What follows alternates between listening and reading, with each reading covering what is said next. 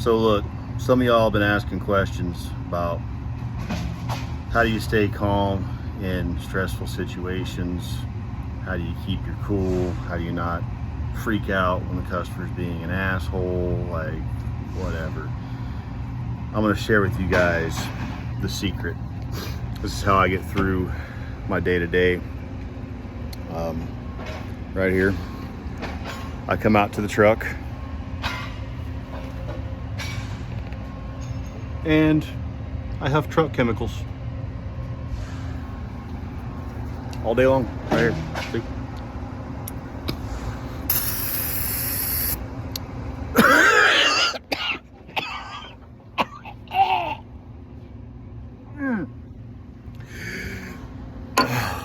And there's the Serenity.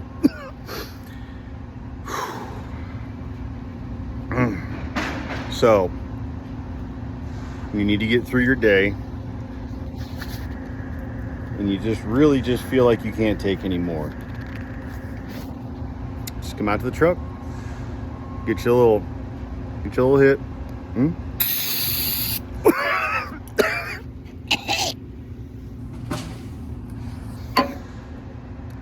And you're better. Now, a lot of times,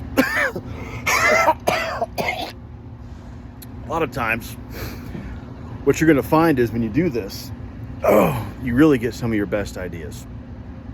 So, for example, I've been thinking probably the most efficient air compressor.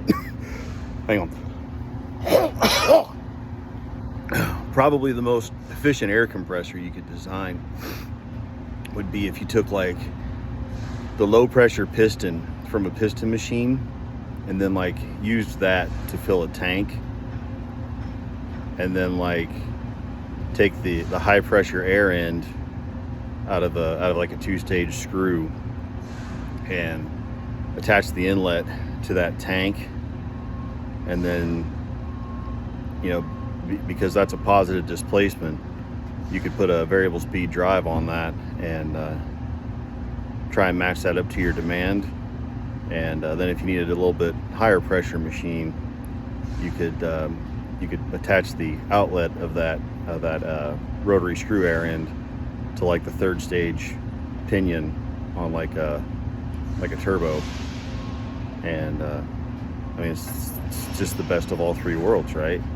So really, in that situation, I don't see how you could not be efficient, because it's the best of all 3. It's the best of all 3 worlds, right? You got your piston machine, and you got your rotary screw, and you got your centrifugal all working together. And I mean, that's, if anybody, okay, if you're watching this video, you have to sign a non-disclosure agreement, because I don't want anybody to steal my idea.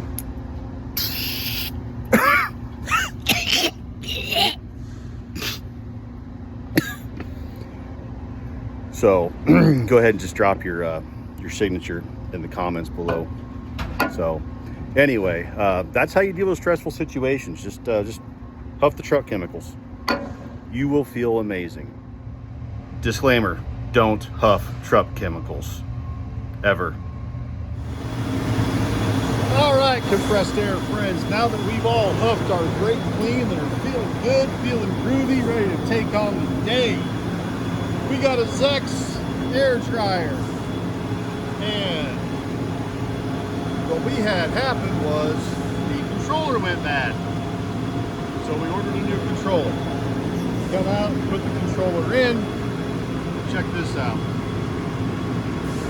8 hours? No, sir. How about 10 seconds?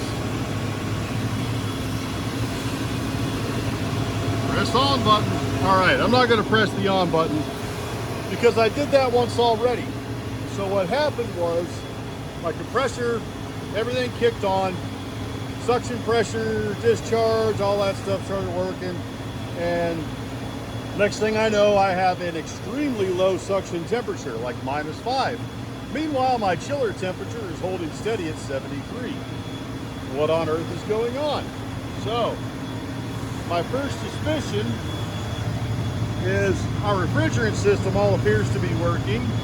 My glycol pump is probably not. So, what do? We check power. 120 volts to the glycol pump. Perfect. Check amperage to the glycol pump. Nothing. Absolutely nothing. So now what did I do? I come out here and I go, glycol pump's not running. Ah! Why? Because it was hot. It's not so hot now. It's actually okay now. But earlier when I first touched it, it was like, ah! Just like that. Ah! So, anyway, so I got a new one.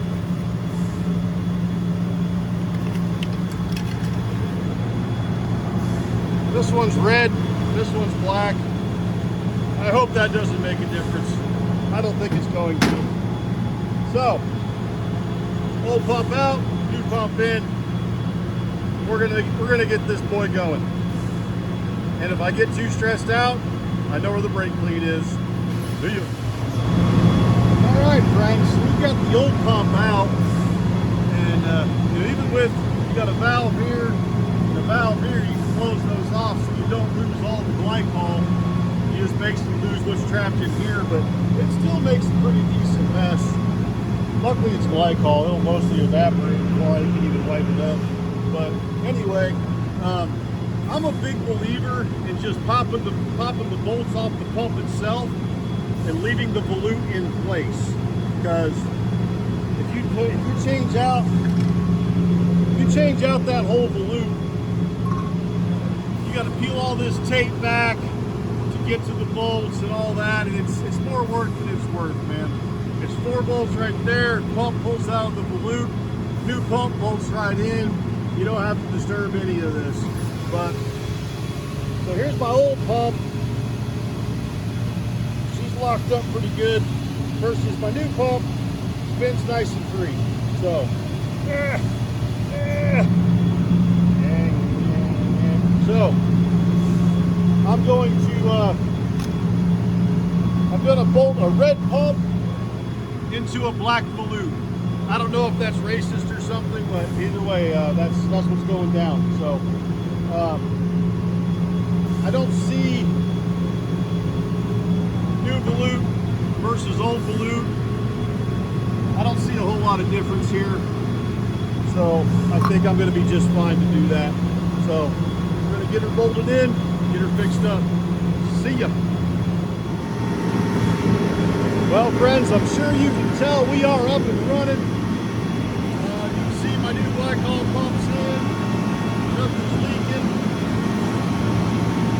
You can actually touch this pump now and it doesn't burn your hand. If you come up here, you still have a high temp alarm. Chiller temp's coming down. That was 89 degrees when I started. So glycol is an excellent storage of thermal mass. So it takes a little while for the glycol to chill down. There we dropped, just dropped again. So I'm extremely confident that that's going to chill out, get down where it needs to be. So I'm going to call this a success. And probably while this dryer is getting itself lighted and coming down, I'm probably going to go have a little more brake. So that's what we got for today, y'all. See ya.